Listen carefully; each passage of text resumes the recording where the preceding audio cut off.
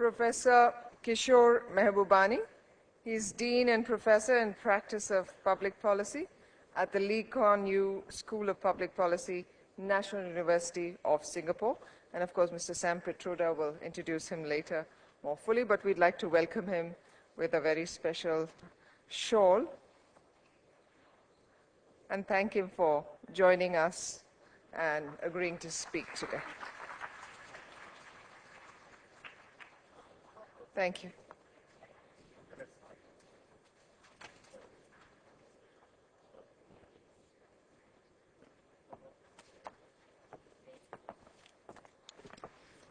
Friends, good afternoon again.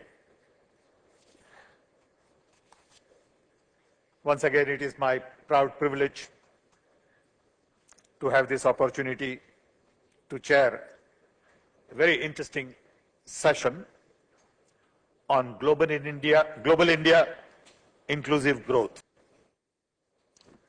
We have a very distinguished Professor, Kishore Mehbubani from Singapore.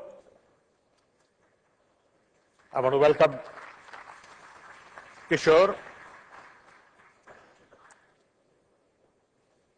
and he will take about 30-35 minutes, and then we'll open up for discussion. Before I introduce him, I want to say a few words. This is indeed a very important topic. He and I have been talking about it. Today at lunch, he made some very interesting and important points to the Prime Minister, and I'm sure he will cover some of those ideas here. World is indeed changing and has changed substantially in the last 20 years, mainly because of rise of technology, rise of democracy, and rise of China and India. A few months ago, I was at EU in Brussels. I had lunch with Minister and the President of EU, and everyone had only one question on their mind. What is India up to? How do we understand India better? We are losing jobs to China and India.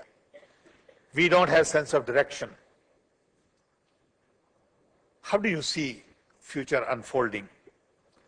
And I'm sure Kishore will talk a lot more about it. The new world is emerging, but we really don't know what that new world is all about. For a while it was bipolar, then it was unipolar, and now it is multipolar. Old models don't make sense anymore. New models are quite confusing and evolving. I know from my own technology background that internet, web is having far-reaching implications on everything we do, at home, at work, in the government, and it is indeed driving new ways of doing businesses. India today is a connected country of 1.2 billion, and we do recognize the opportunities because of the connectivity available. UPA government has indeed done a great deal in the last 7 years.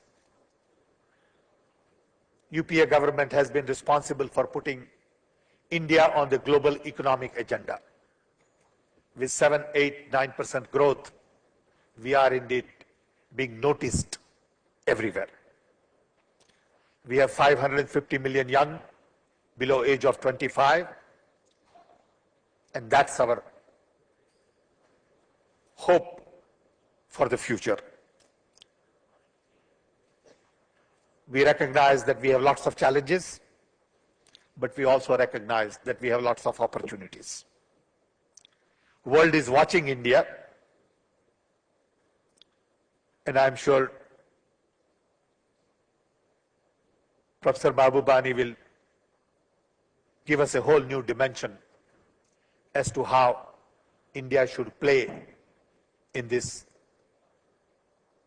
globalized economy. Professor Mahbubani is world-renowned professor, author, thinker. He was awarded President's Scholarship in 1967. From Dalhousie University, Canada, he received his master's degree in philosophy in 1976 and an honorary doctorate in 1995. He has been conferred the Public Administration Medal, Gold Medal, by the Singapore government in 1998. The Foreign Policy Association Medal was awarded to him in New York in June 2004. Professor Mahbubani was with the Singapore Foreign Service from 1971 to 2004, with postings in Cambodia, Malaysia, Washington, D.C., and New York. He was Singapore's ambassador to the UN and was the president of the UN Security Council from 2001 to 2002. He was permanent secretary at the Foreign Ministry from 1993 to 1998. Currently, he is a dean and professor in the practice of public policy at the Lee Kuan Yew School of Public Policy in Singapore. In the world of ideas, he is well recognized, well spoken, and has published a great deal globally. I've seen him on CNN TV, and I've read his books and articles, and I've learned personally a great deal from his thought. His articles have appeared in a wide range of journals and newspapers, including Foreign Affairs, Foreign Policy, Washington Quarterly, and the list is very long, so I'm not going to read it. I am indeed delighted to present to you Professor Mahbubani. Sure.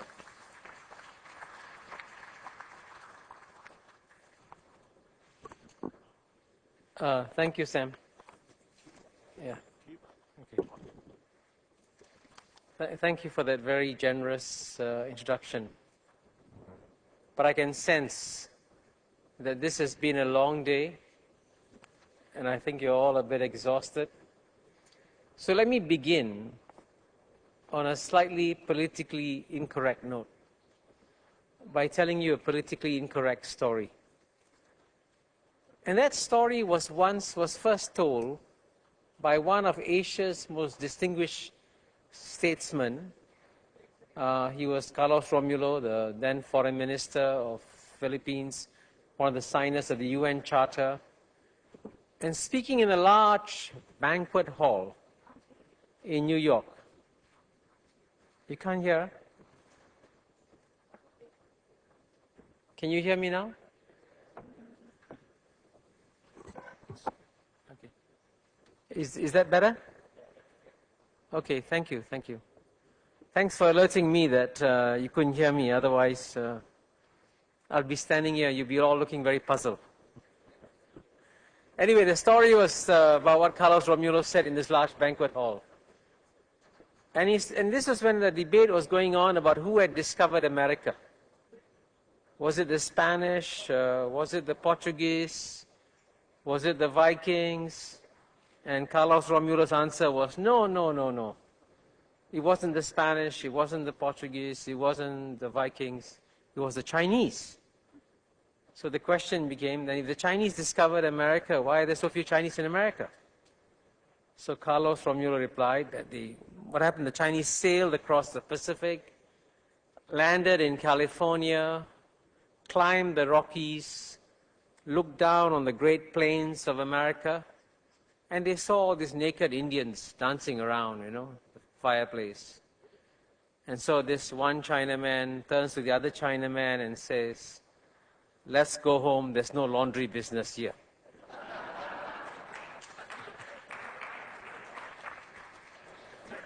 Now, this is obviously a politically incorrect story.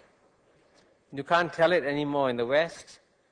But we are living in a time where we have to say politically incorrect things. Because as Sam said earlier in his introduction, the world is changing dramatically. And indeed, because the world is changing dramatically, we all have to change, and I think India has to change. So the first sort of uncomfortable, rude point I'm going to make to get the discussion going is that India has got to change its policy dramatically vis-a-vis globalization. Traditionally, especially in the early years, he was either an opponent of globalization or a reluctant follower of globalization. Now I'm afraid the time has come for India to become a champion of globalization. Because if it doesn't become a champion of globalization, as I'll explain, globalization is in danger. And the theme of this conference, of course, is Global Indian Inclusive Growth. But as I'll try to demonstrate in my remarks, if you do actually want to eliminate poverty in India, then the answer is more globalization and not less globalization. So why am I confident that India will benefit from more globalization? Well, I can cite many reasons. The first one is the obvious one. If you look at the record of India's economy, when it remained relatively close from, say, 1956 to 1975, it grew at 3.4% a year. And then when it opened up its economy and became relatively open, say from 1995 to 2007, it grew at over 6.5% and indeed over 8% in recent years. So the proof is there. And indeed, I must emphasize here that what I'm saying here today builds on the excellent remarks made by Professor Jagdish Bhagwati when he delivered the same oration here in 2010. And in his speech, he said, and I quote, "Recall that the Indian policy framework had degenerated into an unproductive, even counterproductive set of policy choices that had produced the abysmal growth rate of approximately 3.5% per annum over nearly a quarter of a century. With an average population growth rate of 2% per annum, that translated to the growth rate of 1.5% in the economy. He said, we Indians, with our ability to do compound arithmetic in our heads, can readily see that compared to the growth rate of 7.8% which countries in East Asia had enjoyed, India had lost growth by roughly 4 percentage points annually, and India's income would have been 2.5 times larger if it had opened up earlier." So that's the one set of proof. But the second reason is actually in some ways even more conclusive. Now, as we all know, globalization creates open borders. Now, the winners of globalization, therefore, are those who can compete across open borders. And which, let me ask you this question, which human tribe has demonstrated that it can compete widely across all borders? And the simple answer is that it is the overseas Indian community. There are now over 30 million Indians living, working, and thriving in over 130 countries in the world. There are few human tribes today who are as globalized as the overseas Indian community, and a lot of them have succeeded against all odds and against all the world's best. So what is the implication for all this from my argument that India should become a champion of globalization? Now let me make another politically incorrect comparison. The human species, as you know, now lives in 193 separate countries. This is analogous to the fish species living in 193 separate tanks in an aquarium.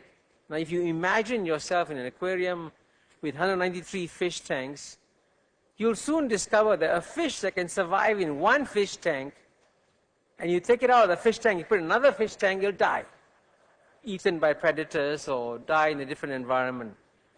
Now, which human species can survive in virtually every fish tank in the world? The answer, again, as demonstrated, is the overseas Indian community. Indeed, it's the overseas Indian community that can survive and thrive anywhere, and therefore should become, quite naturally, the champion of globalization.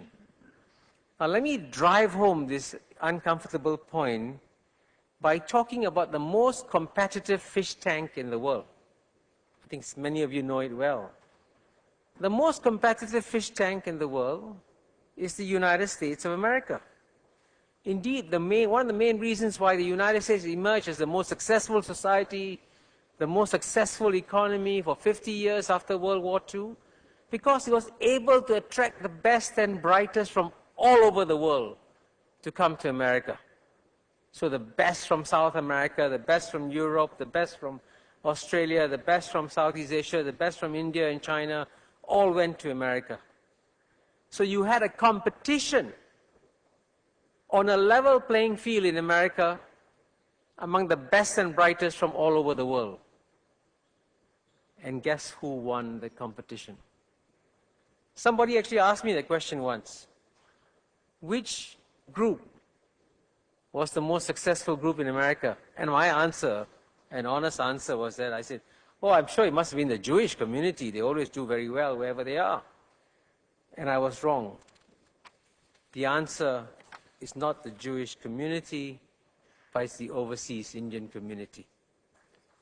And indeed, in social science terms, you cannot think of a more perfect human laboratory to test how different groups compete with each other than in the United States, because the United States creates the conditions for everyone to compete equally. And so, as a result of this, the roughly 3.2 million Indian Americans living in the US, according to 2007 to 2009 data, led all ethnic groups to the median household income of $86,660, and the per capita income of Indians in America was $36,533. Now, I'm going to make a very dangerous extrapolation, which I know will be hotly contested, but I'm going to make it anyway. If we can raise the per capita income of Indians in India, not to the level of the Indians in America, but to 1/3 the level of Indians in America, then the Indian GDP will rise, according to World Bank estimates now, is 1.73 trillion. It will rise to almost $15 trillion. It'd be 8.5 times the current size of the GNP. So if Indians can have 3 times that in America, why can't Indians in India have 1/3 that here? So the lesson here is that it can be done. And so, but if you want for it to happen, then clearly India is going to become a champion of globalization. And incidentally, when Professor Jagdish Bhagwati spoke here in 2010, he said the same thing more or less of what I'm saying. In fact, he quoted Prime Minister Manmohan Singh as having told him, and I quote, that an important part in India's opening up had been played by the diaspora. Prime Minister Manmohan Singh told Jagdish Bhagwati that when he was spearheading the reforms as the finance minister, Prime Minister Narasimha Rao had lent his full support largely because many members of Narasimha Rao's family who went abroad had told him that India's policies made no sense, and they had diminished India's standing in the world. So coming from his own family, Prime Minister Narasimha Rao was convinced and said, okay, we will now open up India. And that's what happened in 1991. So what happened in 1991 is what has to be done again today in a bigger scale.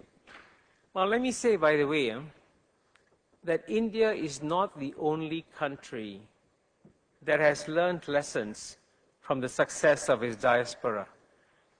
Another country which has done so is China.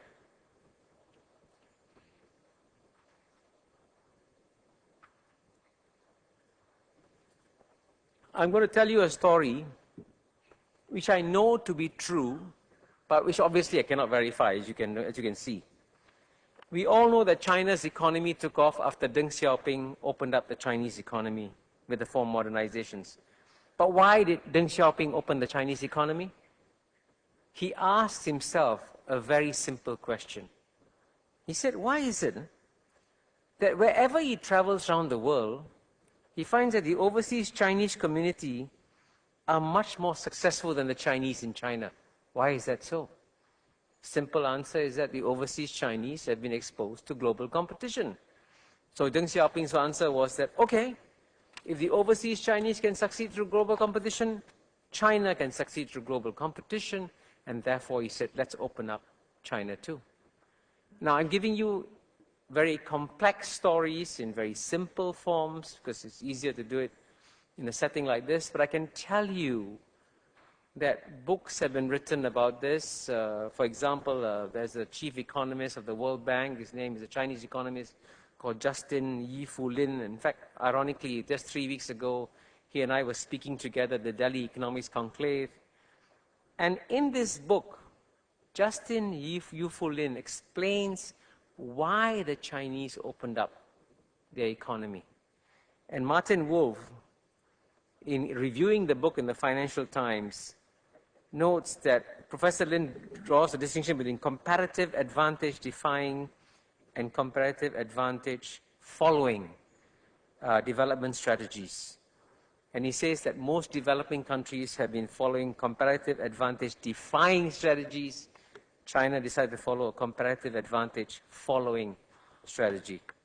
And as a result of that, China's economy, as you know, became the world's fastest growing economy. But China, of course, as you know, had one slight advantage over India. China actually has 3 societies outside China, namely Taiwan, Hong Kong, and Singapore, which are predominantly Chinese.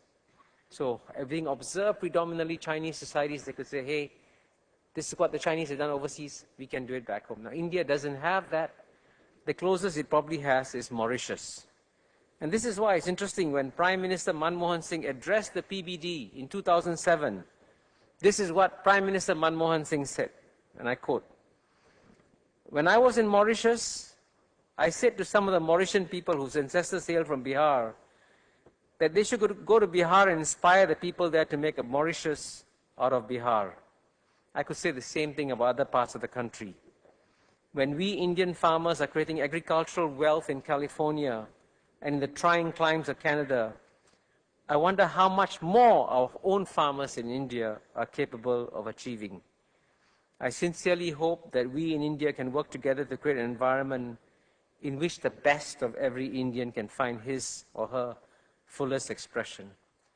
And this is what Manmohan Singh added. He said, I want every Indian living and working in India to inspire for the global recognition that a Zubin Mehta, a Lakshmi Mittal, an Indra Nui, an Amartya Sen, and then Chief Guest Professor Jayakumar or Kalpana Chawla gets whenever they go overseas. In short, the lesson of all this is clear. India and Indians can compete anywhere in the world. And this is why India should become a champion of globalization. But of course, as you all know, and here I'm going to touch on a very sensitive point, recently, when a proposal was made to liberalize the retail trade in India, there was a political backlash and India retreated. And that's somewhat unfortunate when you consider how successful Indians have been in the retail trade all over the world. And by the way, I am ethnically a Sindhi, by the way. And when my family left Pakistan in 1947, the Hindu Sindhis left Pakistan, my family traveled around the world, and I have first cousins now in Suriname and Guyana, Texas and Florida, London and Spain, Ghana and Nigeria, Mumbai and Calcutta, Japan and Hong Kong, and of course Singapore. First cousins all over the world. And why are they succeeding? A lot of them succeeding because of the retail trade. Indeed, my mother's 3 brothers went to Suriname and Guyana with hardly a penny in their pockets and ended up owning the largest department stores in Suriname and Guyana. And here, with Indians succeeding retail trade all over the world, they are afraid of competing in retail trade in India. Now, that's a paradox that has to be resolved. Now, so I think as a result of all this, the time has come for the overseas Indian community to maybe take a slightly different approach to how it can be helpful to India. So far, and he's done a tremendous job, it has helped India with remittances, and my data shows that from 1975 to 2011, Indians have sent back $475 billion, almost $500 billion in remittances to India. That's been helpful. But right now, what India needs more than remittances is good ideas. Ideas of what India needs to do at this stage of its development. And that's why this is, I think, going to be the big role now of the overseas Indian community. And I can also tell you that the need in India for new ideas is going to get even more urgent and pressing. And why do I say this? I say this because the world has changed dramatically. Now we are entering a completely new era of world history marked by 2 distinct features. The first is that we've reached the end of the era of Western domination of world history. Now, I hasten to add that the end of the era of Western domination of world history is not the end of the West. In fact, we all want the West to remain a strong civilization because it's good for the world to see a strong West. But the capacity of the West to dominate the world is disappearing day by day. And the second thing we are seeing is the return of Asia. I call it the return of Asia rather than the rise of Asia, because from the year 1 to the year 1820, consistently the 2 largest economies were China and India. And it's only in the last 200 years that Europe has taken off and North America has taken off. But if you look at the last 200 years of world history against the last 2,000 years of world history, this has been a major historical aberration, and all historical aberrations come to a natural end. And that's why Goldman Sachs projects by 2050, or even earlier, the number 1 economy in the world will be China, number 2 will be India, number 3 will be United States of America, and not a single European economy will be in the top 5 or 6 or 7 economies. And that's a complete reversal of the 19th and 20th centuries. But this change also brings challenges.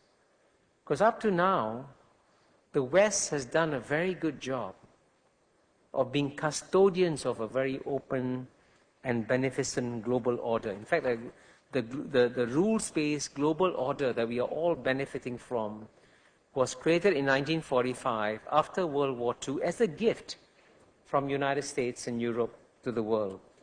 And another gift was, of course, the World Trade Organization. And for a long time, the Americans and Europeans were good custodians of these international organizations, good custodians of opening up the world, liberalizing the world, because they assume that they're the most competitive economies in the world. So the more the world opened, the more America and Europe would benefit.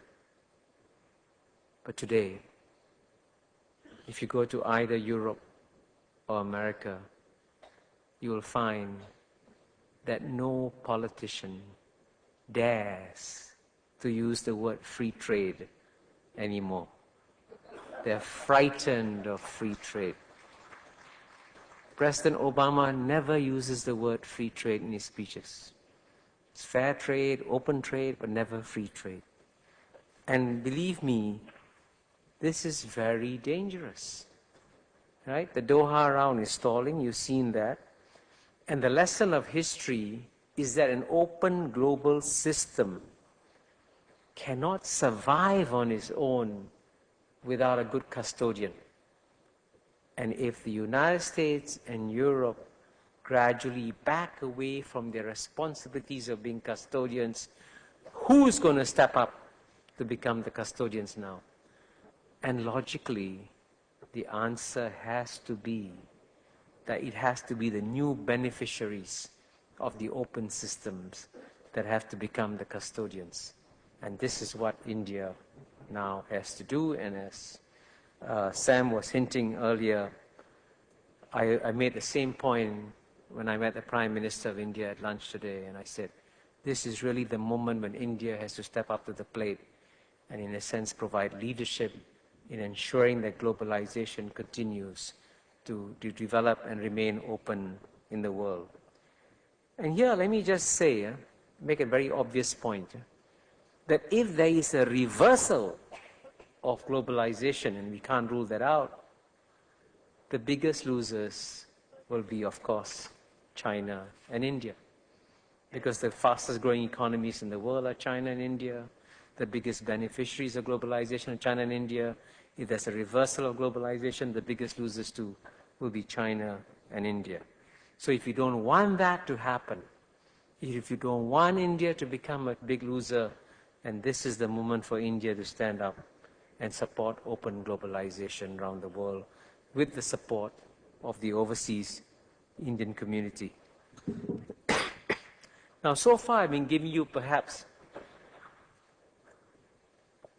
selfish reasons for supporting globalization. It'll benefit India, it'll benefit India's poor, it'll benefit all of you. But for the record, let me also give the altruistic reason for supporting globalization. Because I actually believe that if you push ahead with globalization, open globalization will benefit all 7 billion people on our planet. And open globalization is the only reason why one of the few UN Millennium Development Goals that we are actually going to meet in 2015. As you know, in the year 2000, the United Nations met and proposed to have some Millennium Development Goals by 2015. One of them was to halve global poverty by 2015, and we will actually meet that goal. Why? Because of China and India's success in reducing poverty, and that explains our success in meeting that Millennium Development Goal. But what's even more amazing is that if you take a continent that everybody had written off effectively and said this continent can never succeed, and you all know which continent I'm talking about, that continent is Africa. I don't know how many I wanted to bring the copy, I forgot to bring it today. A copy of The Economist magazine, and on its cover was a map of Africa, and the title was Africa Rising.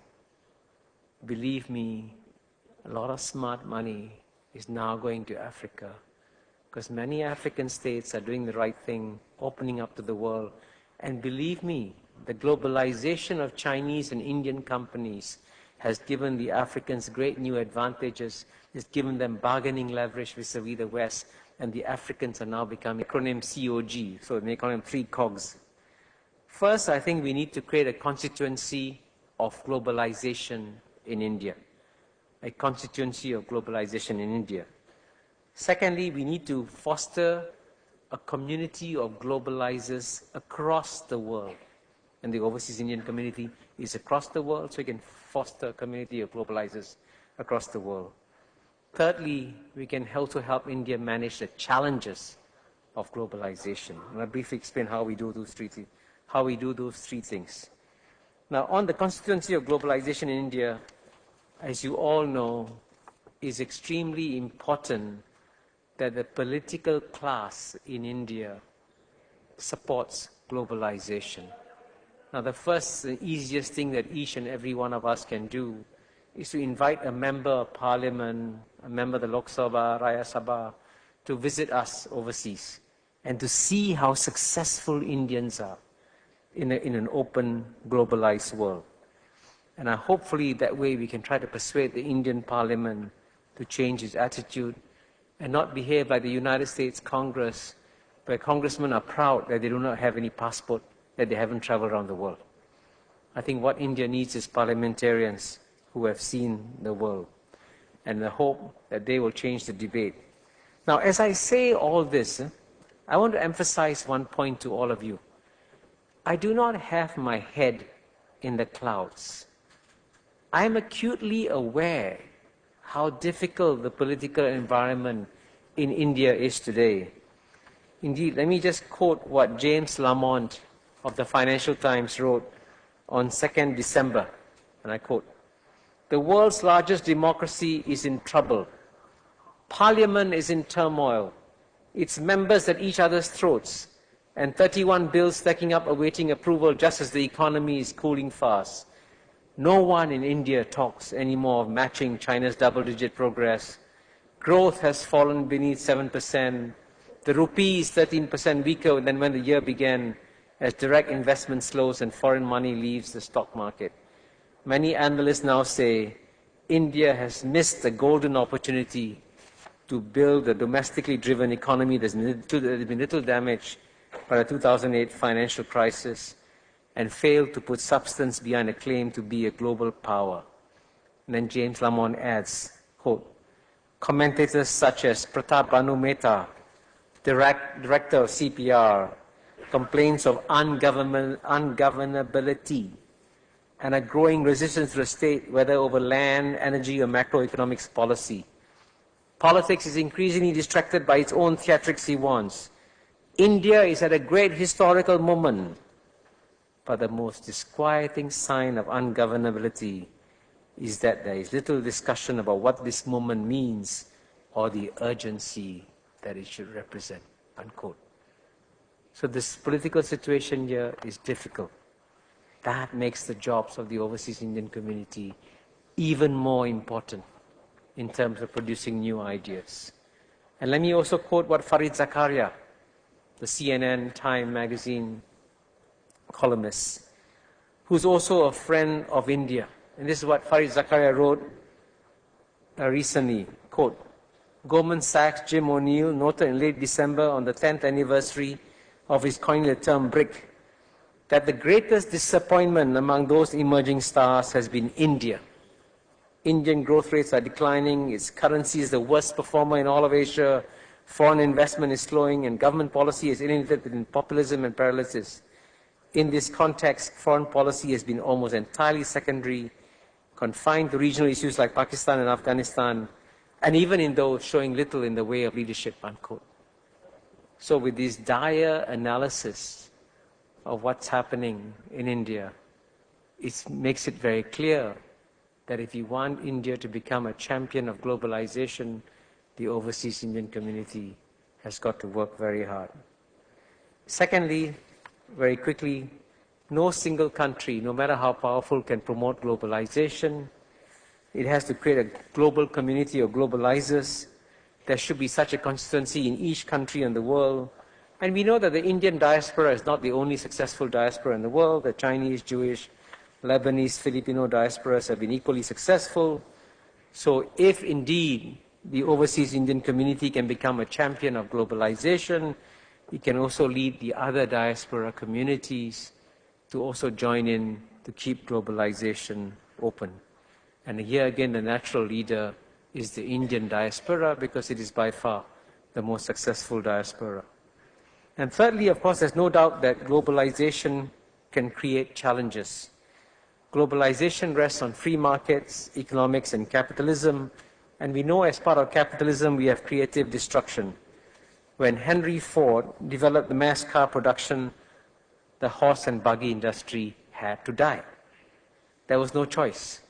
And when the digital camera came along, Kodak and Fuji, and you saw what happened to Kodak stock a few days ago, Kodak and Fuji, two successful companies, also had to stop producing films for cameras. And that's the negative creative destruction. But there's also positive creative destruction in terms of changing the social order. And just a few days ago, the New York Times carried a front page story describing how the Dalits in India had been uplifted as a result of creative destruction, because as a result of the new market economy, material markers have replaced social markers. Dalits can buy rank in the market economy, and India is moving from a caste-based to a class-based society where if you have all the goodies in your life and your bank account is booming, you're acceptable. So global Indian inclusive growth can also include the Dalits and the untouchables, because they too can benefit from globalization. So in summary, let me just summarize my 3 points. My first point is that the one country that can benefit the most from the current processes of open globalization is India. And the success, your success of 30 million overseas Indians have demonstrated this. Secondly, while this is a moment of great promise for India, this is also a moment of great peril, because unless some country steps up and keeps the processes of open globalization going, we could face a major reversal in open globalization, and if there's a major reversal, the countries that will suffer the most will of course be India and China. Thirdly, if we do want India to become the champion of open globalization, clearly we have to work much harder to convince the Indian political class, the Indian media, that this is a job that has to be done.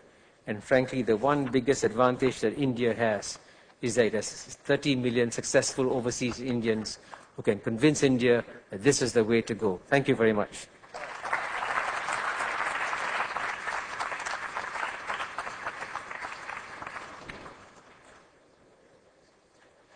Should we open up for interaction? Who wants to start?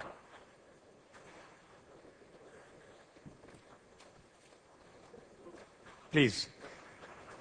Do we have microphones? Just for your information, ladies and gentlemen, Hello. Professor Mehbubani's speech is available and will be distributed now. Can we wait for distribution for a while? Otherwise, it will be too much distraction. Just wait for a while. Hello. This is available to you and will be distributed later. Yeah, go ahead. Mics.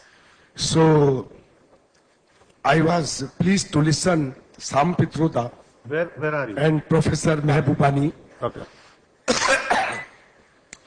Well, I remind Sam Pitroda that maybe I am one of the rare Indians sitting here, having traveled with Sam Pitroda during 8.5 hours from London to Delhi, sitting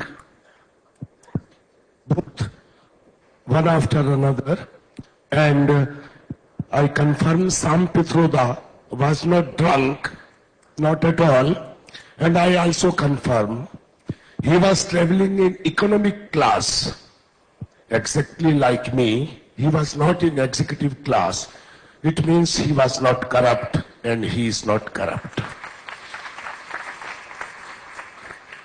Because if you have lot of corruption money, you never travel in economic class. So I also congratulate Sam Pitroda for this revelation. And I said, I remember having said to Sam Pitroda during those times in the flight that Sam, I also wrote a letter to the Prime Minister of India explaining our thinking about you, and let me hope any political heating in India will not disturb your work. Well, so this is my appreciation for Sam Pitroda. Let's talk about Kishore. But at the same time, I would like to rectify something, an omission committed by Sam Pitroda. That's better. In the most humble way, he said, which is a statement today, just now, that progress is made by UPA government, and UPA government has done everything, and I disagree, because India is center, but regional states as well, and Narendra Modi, Shivraj Singh, Nitish Kumar, and other people also contributed. So you can say it's only a work done by few ministers sitting in Delhi. Okay. India's growth. Can we can we please not go into politics of it? Yes. Please. Okay. That's not our goal. Okay. I did not say that UPA government did everything. Don't change my words. Okay. Okay? I will not take that lightly. I said, in the last 7 years, UPA government has done lots of things. There's a big difference. Yes. Okay, sir. That doesn't mean Narendra Modi has not done lots of things. He's a friend. I have great respect for him. So let's not get into all these things, please. Okay. The question should be for Professor Mehbubani, and let's focus on what we are supposed to do. I'm a regular reader and thinker of geopolitics and geoeconomics. We need to also give others opportunities, so be quick, please. So, Professor Mehbubani, your analysis is excellent. It is perfect. It is true. I will even include something. Someday I had a personal conversation with a very top level BJP leader, and I said to him, even if some leaders of Pakistan are corrupt, forget them. You can at least shake hands with them. They at least speak English. It's better to have them and a prosperous Pakistan than to have a disastrous Pakistan. Because anything wrong happens to Pakistan, we will receive 50 million refugees same day as here. You have analyzed world economics and politics in such a nice way. We congratulate you and we are thankful to you. Thank you. Next. Yeah, and Thomas Abraham. Please be brief. Yeah, Thomas Abraham, short comment and a question to Professor Mehbubani. Good. Just wanted to correct, our current population in the US is 3.5. 3.2 is the official, another 300,000 people of Indo-Caribbeans. If you look at the growth pattern of Indian Americans, 2000 we had 1.9 million, 3.2 officially of the Indians identified as Asian Indian, and we are growing 100,000 every year. So by 2020 we might reach as much as 4.5 million people, the largest population outside India. Now the thing that you mentioned about bringing ideas, I think that is the biggest challenge we have. Even at this PBD, and I know Sam Pitroda has been working on this, bringing technology as chairman of the Technology Commission and all. I think what we are failing, and that is where I think Professor Mehbubani, Professor Sam Pitroda, you guys have to take it up with the government. Just simple example I would give even in this PBD. Yesterday we had two great ideas which we want to implement in India: solar technology and water initiative. It just became a mere academic seminar. People had questions, but without any additional resources, with whatever we had done, if we had brought all the people, Indian Americans or Indo-Europeans, who are involved in solar technology, we should have brought them here, sort of a technology expo outside the hall, so that people in India who want the technology could have met them. Same thing, those people who want to join hands with Indian solar technology companies, we failed there. So where we are failing is implementation. Same thing with the water initiative. I personally knew about 24 companies in solar technology who would have come. Same thing, water initiative. So Thomas, these things you need to... There is CII and other industry associations, FICCI and others, who do have exhibitions on solar technology. This is not the platform for things like that. So let's be very clear. I mean, we can't just get off tangent on all kinds of issues. Solar technology is important. Lots of stuff is going on solar technology. If you want to sit down and talk about it, we will have a discussion. But it is CII, FICCI kind of association who conduct lot of exhibitions, conferences, seminars on various technologies. This is not a forum for it. Yeah, but I think we could have improved upon without any additional cost. We can always improve some more. Yeah. You know. My name is Kesa Kothari.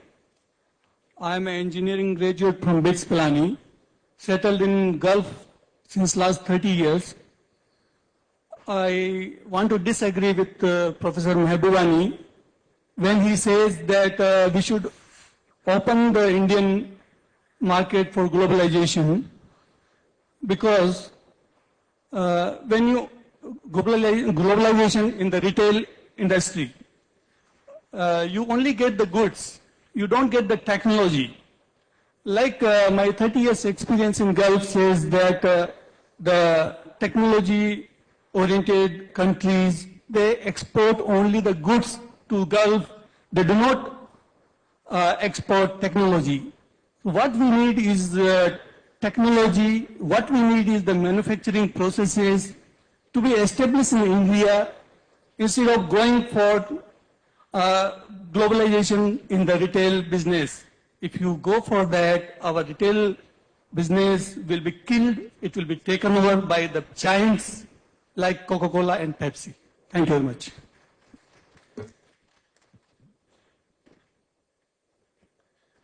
Thank you. And by the way, I get very pleased when people disagree with me. You know, it's actually, and I know it's with the argumentative Indian, it's not that difficult to get disagreement, but it's also a very good thing to have.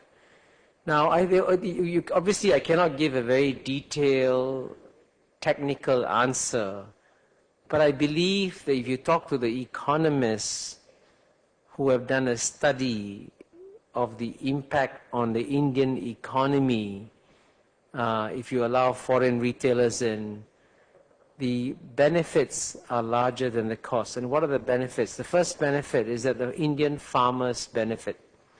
As you know, the amount of wastage, roughly about 30 to 40% of the product that is harvested reaches the marketplace. If you get good modern retailing systems, not necessarily technology, but the whole system, logistics systems that works, there's much less wastage, the income of the farmers goes up. The second beneficiary, of course, which is equally important, is the Indian consumer. And as you know, one problem that India has been having is inflation. And inflation is a result of what the price you pay in different stores and so on and so forth. And if you want to understand, for example, why is it that the United States hasn't suffered a lot from inflation, there are many reasons for that. But one reason for that is the very extremely efficient logistics systems for distributing our products to the consumer. So there are various larger scale benefits that come to the Indian economy. And of course, it is true that, and this is what I mentioned about creative destruction. When you allow any new force in, there'll be winners, there'll be losers. But if the net amount of winners is larger than the net amount of losers, then you take it on board and you adjust accordingly. Because if everybody, and the paradox is this, by the way, if every country in the world says, hey, we will not allow any foreign investment in the retail industry, the overseas Indian community is going to become one of the biggest losers, because they are succeeding in the retail industry in so many countries around the world. So it is better to look at the larger picture, to look at the overall costs and benefits. And if the overall benefits are clearly much larger, then that's what needs to be done. But the critical point, by the way, is how you persuade the Indian political class of all this. Because I think one of the problems here is that the nature of the debate within India on these issues is very short-term, very narrowly focused on a few sectors, without an effort to look at the bigger picture and to see how this retail question fits into the larger issue of globalization at large and how India can benefit from globalization at large. And that's what you have to do, show the big picture and move it away from this very narrow sectoral discussion. So thank you. I'm Nandini Tandon from California. First of all, thank you for a very fine speech articulating the status quo and the vision going forward, both for the global community and the Indian community. My question is, what is the inherent causality that you see that has caused the Indians and Chinese to succeed in this globalization schema? And secondly, given the fact that we have tectonic shifts that are taking place across board, does India stand at risk of losing those intrinsic qualities? Will there be some erosion in the Indian community that we may not be able to sustain and maintain our ability to have an edge in the globalization schema? Thanks. Yeah, thank you. Those are two excellent questions. My answer to the first one, and forgive me if I appear very simplistic, okay? But sometimes hard truths can be very, very simple. As you know, China and India have the two largest populations in the world. When they have the two largest populations in the world, they also have the two largest pool of brains in the world. And the reason why China and India were held back was because China and India also had the two largest pools of unused brains in the world. And what globalization has done is that globalization has extracted brain power from India that was not being used and then using it well. And that's why the Indians in America have succeeded so well, because there is a demand there for good brain power.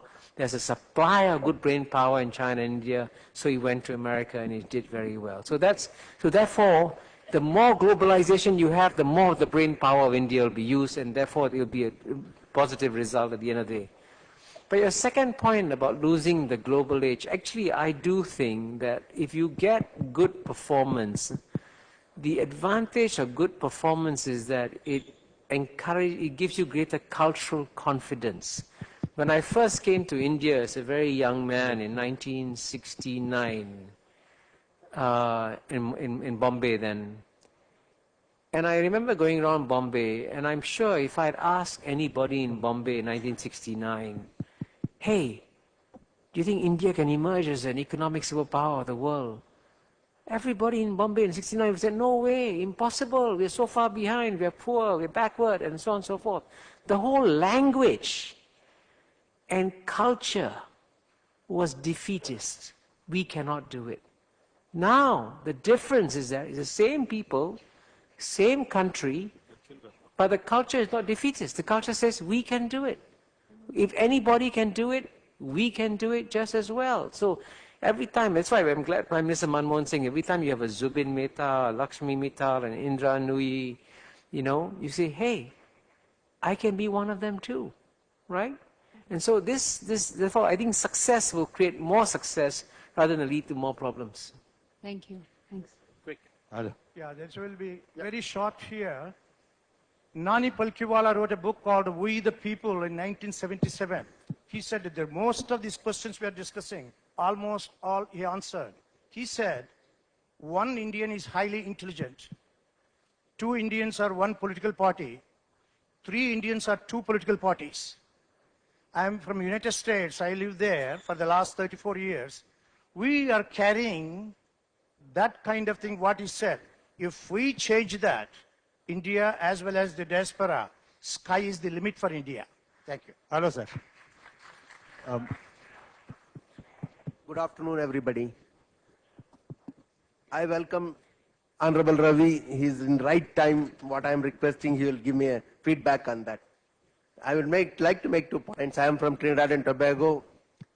Lakshmi Mittal took me from here, and that flagship made Lakshmi Mittal the #1 in the world. If things can happen, everything can happen. It can happen in India also. The 2 points what I would like to make is what Mr. Kishore said. Why don't we see that 40% wastage and those things? Why not our people in the country can do things to see it go better? Why should we look at the outside people to come and do it? Okay, retail, let it come, we will fight for it. But let us correct what is happening here. Media, everybody shows these things. But we don't see corrections happen. Let us work on those things. That will make it one thing. One is that point. Second point, what I would like to do is, 10 years we have the PBD. Things comes every year, we discuss, we do things. But there is no follow-up.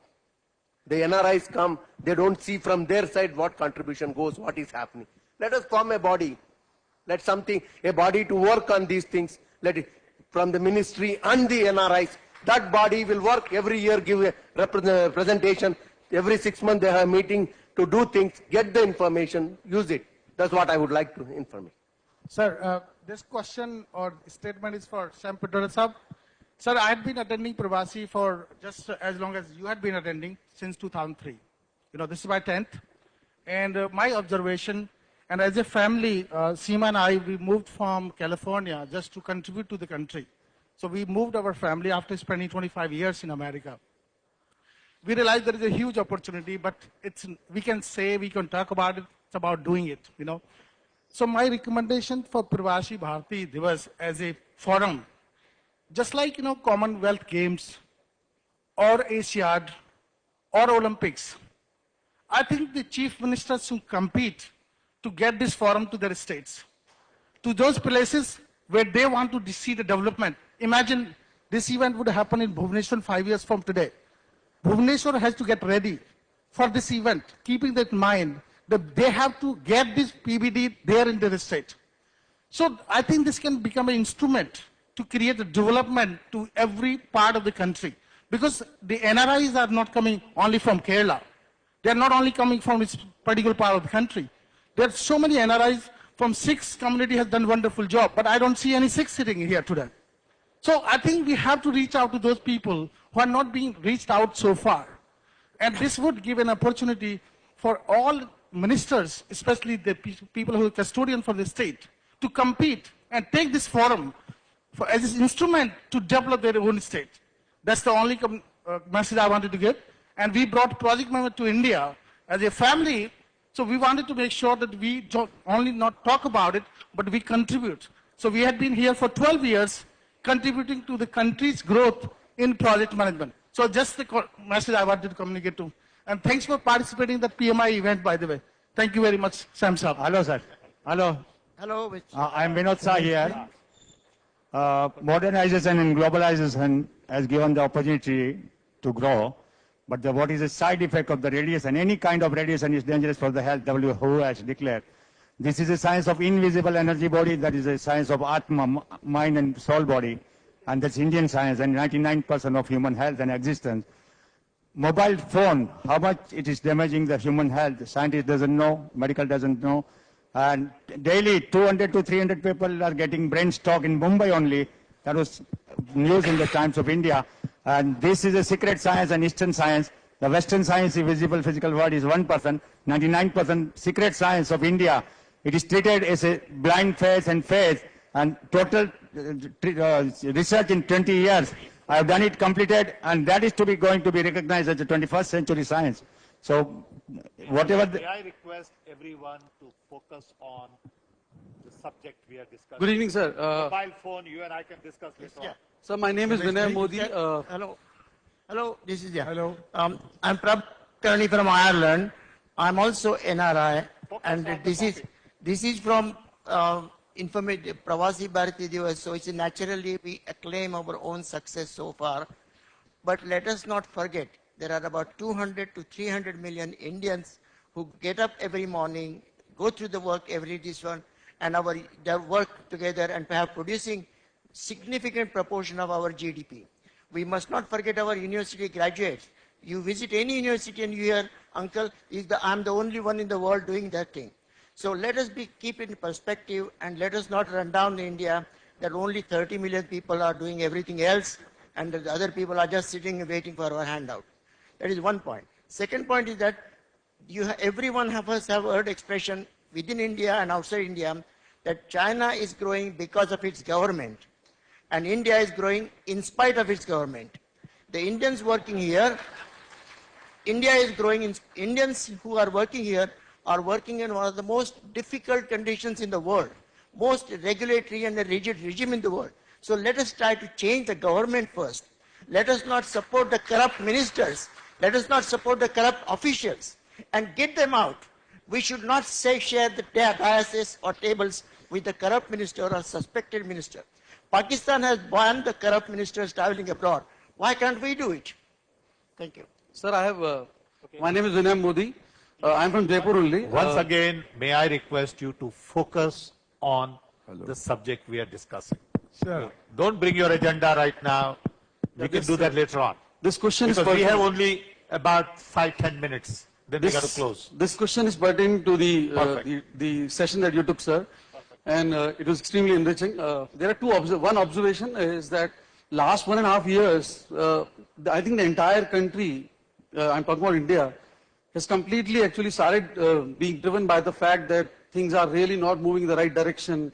because of a lot of factors, 2G and then the entire Lokpal thing. Last 1.5 years, we hardly come across a news which actually essentially talks about FDI investment, growth opportunities. We all try and possibly see is the negative part. So I think it's more about how we see the entire thing. So we are in the right direction. Second thing, I agree with you. Globalization as an ideology has to be imbibed in totality. I personally believe that it's about priorities being correct. Globalization as an ideology is acceptable and has been accepted. Do you agree with me at this moment that we possibly are not getting our priorities right? Just a small example, living in Jaipur, and possibly the same can be actually extrapolated to the country. We, of course, are talking about great ideas, great investment. This is a fantastic forum. But some basic phenomena like civic amenities, which I don't find in Jaipur also and countrywide also. Why we don't actually focus on them? For example, civic amenities. For example, you have basic lavatories are not there. You don't have drinking water, sanitation. People who are at the lowest strata, their salaries have not been taken care of. Civic amenities are just not there. Globalization is fine, but don't you agree that if we get our priorities right, we might possibly create better opportunities for us, because it all starts at the lowest level. Mr. Sam Petroda, can I just quickly respond to that? When I grew up in Singapore, yeah. Yeah, no, I was saying that when I grew up in Singapore, Singapore's per capita income was the same as Ghana's. We had ethnic riots, and 5 of us live in a one-room house, and we had no flush toilet. We had a can, someone coming with a can every morning and changing the toilet and so on and so forth. So I grew up in typical third world conditions in Singapore. But in the space of my lifetime, as a result of Singapore becoming the most globalized city in the world, Singapore's per capita income now is higher than that of United Kingdom. It's the only former British colony to have a higher per capita income than its colonial master. And every house in Singapore has a flush toilet. Singapore has the highest standards of cleanliness in the world. Singapore has got zero corruption in the world. Singapore has got, you name it, okay? And all this, why? Because of globalization. Yeah, because I read that it's disciplined democracy, because you come from the same university. Yeah, but so the point that I'm making is, sir, that can we not actually focus at the grassroots level? Okay, hold on. Singapore. Can I add something, please? We have limited time, so let's give opportunities to others. And I see lots of people standing here. Mr. Sam Petroda, hold on, just 1 second. So let's be brief, and let's remember one thing. You do not need talent to identify problems in India.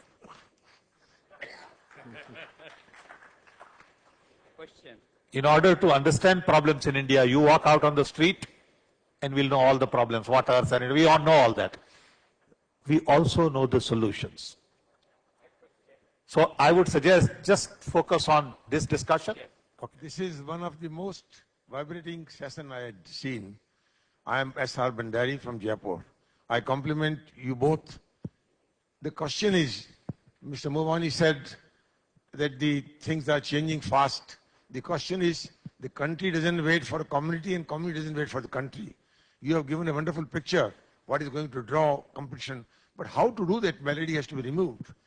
As Mr. Sam Petroda came to India a few years ago, and then the entire telephone system was changed. That change was done because the government supported. Now, government supports or not supports, because we don't want to depend on that. Philosophers have thought of the world. The thing is to change it. We request you to kindly give a suggestion how to change it. And that change has to come. People are absolutely fed up with the system, and therefore the system has to change. Either we have to change the system or we have to follow the system.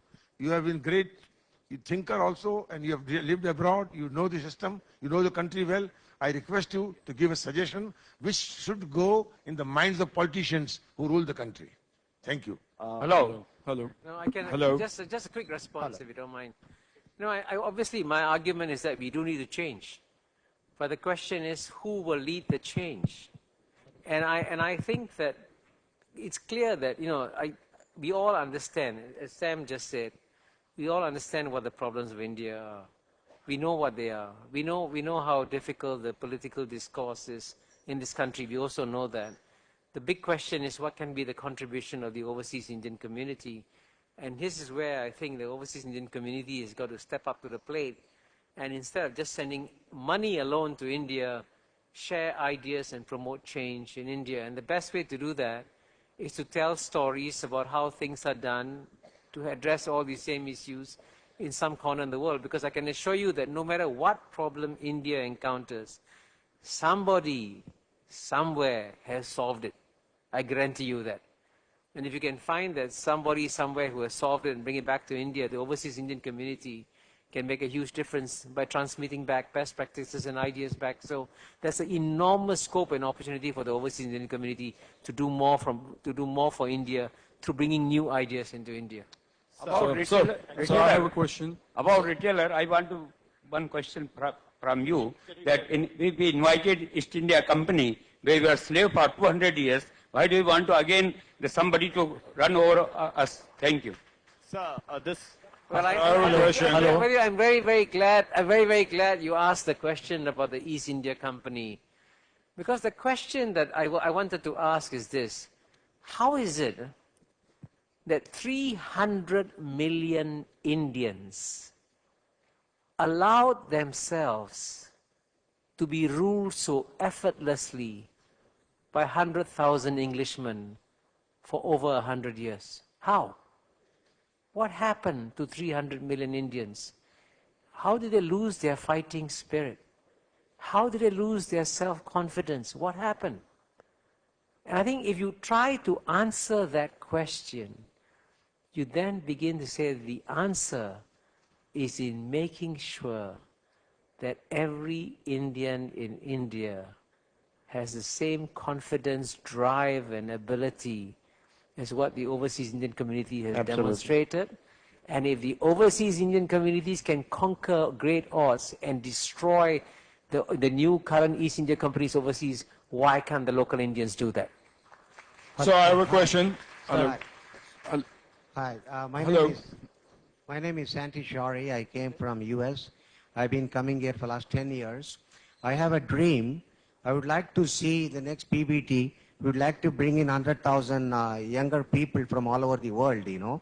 If we can make it like a PBT for younger people. What I mean is like asking airline like Air India and private airline to discount their tickets, give them for $500, you know, and then also maybe ask the hotels to discount. And when these young people come to the US, maybe from US they can visit to the multiple schools in India and meet with the younger generation, other Indian younger generation, and interact between both. So it may be a great idea to open up, give them some kind of a financial incentive for them to come to India and see India. And I would say 100,000 should be really from so many countries around the world, you know. Yeah. My name is Rahul Manor. I work for a corporate sector and as the chief executive. Great admirers like millions for Dr. Sam Petroda, and had an opportunity to meet him. My question to Professor Mehbubani, sir, you being in public policy, while framing public policy at macro level, in India also we assign great amount of efforts, resources in setting long-range plans, and we do while doing the execution and setting the mechanism for monitoring the progress, in the tangible form, the quality of resources what we assign are not sufficient to measure the outcome, and that result in distortion of the entire execution process, which is not in alignment with the vision and mission which the country has set up for the long-term plan. Sir, how can you help to the government make this robust measurement of the execution part? That is the biggest thing which we are suffering from. Well, the good news I have for you is that good public policies are very cheap. Because good public policies are basically good policy ideas. And if you implement the right ideas, you can see the difference immediately in terms of its impact on the people. And clearly, I mean, if you look, for example, how did India's growth rate grow from 3.5% a year for over 20 years to now 8 or 9%. Those are the right public policy ideas, opening up the markets, engaging with the rest of the world. So these ideas have been there all the time. So in every area of public policy, and public policy has only been around for 3,000 years, by the way, somebody somewhere has found the right formula. And all you have to do, and this is the key point I make as a dean of the Lee Kuan Yew School of Public Policy. I tell my students at the school, I say that the reason why Singapore succeeded is because we went around the whole world, as the Japanese did in the Meiji Restoration in the 1860s, to copy the best practices of the rest of the world, free of charge, bring them back to Singapore, and we implemented them, right? So I tell my students at the Lee Kuan Yew School of Public Policy, you can do the same too. So whatever problem you're handling, water distribution, electricity distribution, transport challenges, energy challenges, somebody's found a solution somewhere. Go copy that solution and apply it intelligently in your place. And it can be done. And the amazing thing is why so few people are doing it. Because a country like Singapore could not reinvent the wheel. Take, for example, the simple thing like traffic jams, right? The idea is quite simple. Why do you have jams on roads? Very simple. The supply is limited, the demand is unlimited. Use the pricing mechanism. Charge for the demand. That's what Singapore did. An economist suggested it. As Singapore did it, traffic jams disappeared. So there are solutions to every public policy problem out there, and you can find them. So hello. So my questions to Mr. Kishore. Is it the globalization or the democratization of knowledge that has benefited India due to advancements in information technology? Now today, even an Adivasi in a Bastar area can Google and look into the things that were privy to a select circle of people. So he will get the knowledge. So it's not necessarily due to globalization. It was due to democratization of knowledge because of internet, number one. Number two, when we talk of globalization, it should not be a one-way traffic. Whenever the Western powers, they want to sell products or they want to acquire some raw materials or they want to get a market, they talk of globalization. But when the playing fields are leveled and we come up to their mark, they cry for the same thing. No, no, no, don't take our jobs. All your jobs are being Bangalored. Don't take our jobs. You cannot come. You cannot compete. Then they start quotas and cartels. So how can this kind of globalization help India when in my country not many people get direct employment, rather they are self-employed, and when globalization comes, the side effect of it is all those people who may be illiterate, but those guys, I have seen myself, they are very good traders or farmers or whoever they are, but they benefit just because of a resilient economy which we have in India, and not from globalization. They depend, see, you would have seen that most of our growth is from internal demand and not from external demand. Second, third, and then he'll summarize. I'll be the last one. Yeah, please. Hello. So please let me know, like, how can globalization... He'll comment. Okay, thanks. I'm Indian chartered accountant living in Sydney for the last 20 years. Being chairman of the chapter in Sydney, we have done something. So my point will be on this focus, what we are doing, what overseas Indian can do. What we have done, we have signed MRA with the accounting bodies in Australia and India. And because of that, the value of our members gone up. We are also signing, I think you may be aware that India and Australia are working on a free trade agreement. And we are facilitating in such a manner that the value of our Indian overseas is going up. And bringing the technology and acknowledgement of our institutions in both the country will facilitate a lot. So somehow we can also do this part of the thing to uplift the value of our overseas Indian in their own country. My question is to Mr. Kishore Mahbubani, is that the aspect of what you are advocating today is that to have a limited state and to be connected to a market-based economy for India's growth. And that's what you're saying, basically, because that's what you are advocating, not an analysis of that particular issue. And especially that, are you ready to say that further? And the second fact that I would like to say is that the aspect of having a state, unlike in the Western democracies where the state evolved over centuries, we never had this luxury of having the state to be evolved because we got independent in 1947 itself. And in the past 63 years or 64 years, we have done a tremendous amount of work. So can you say that the idea of India as a nation came first and then the state building has to happen after that? Unlike in the Western democracies where the aspect of state came first and then the nation supplanted it out, where it was quite easy in their case and it has become very difficult in our case. Are you ready to say? Okay.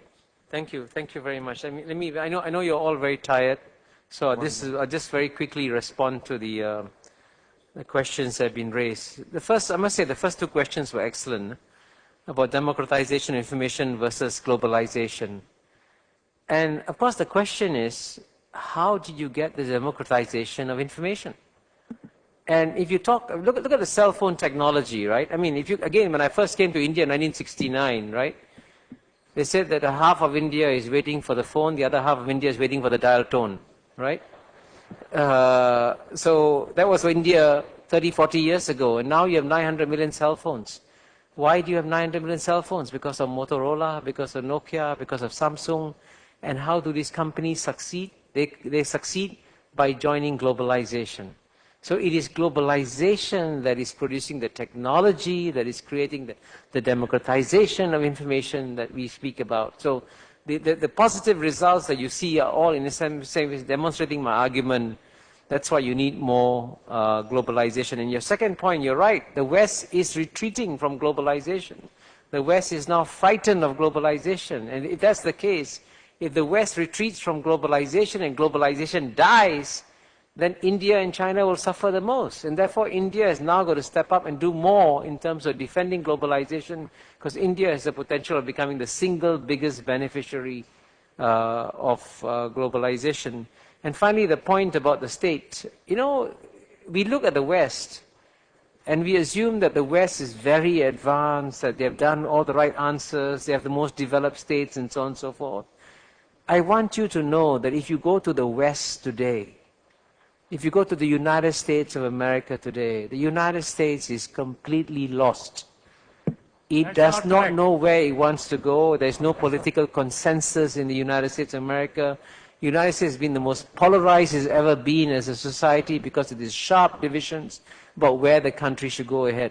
And if you go to even to Western Europe, you find a tremendous amount of polarization and unhappiness in these societies. So don't assume that there's a happy, comfortable West out there that can find the answers for you, for the rest of the world.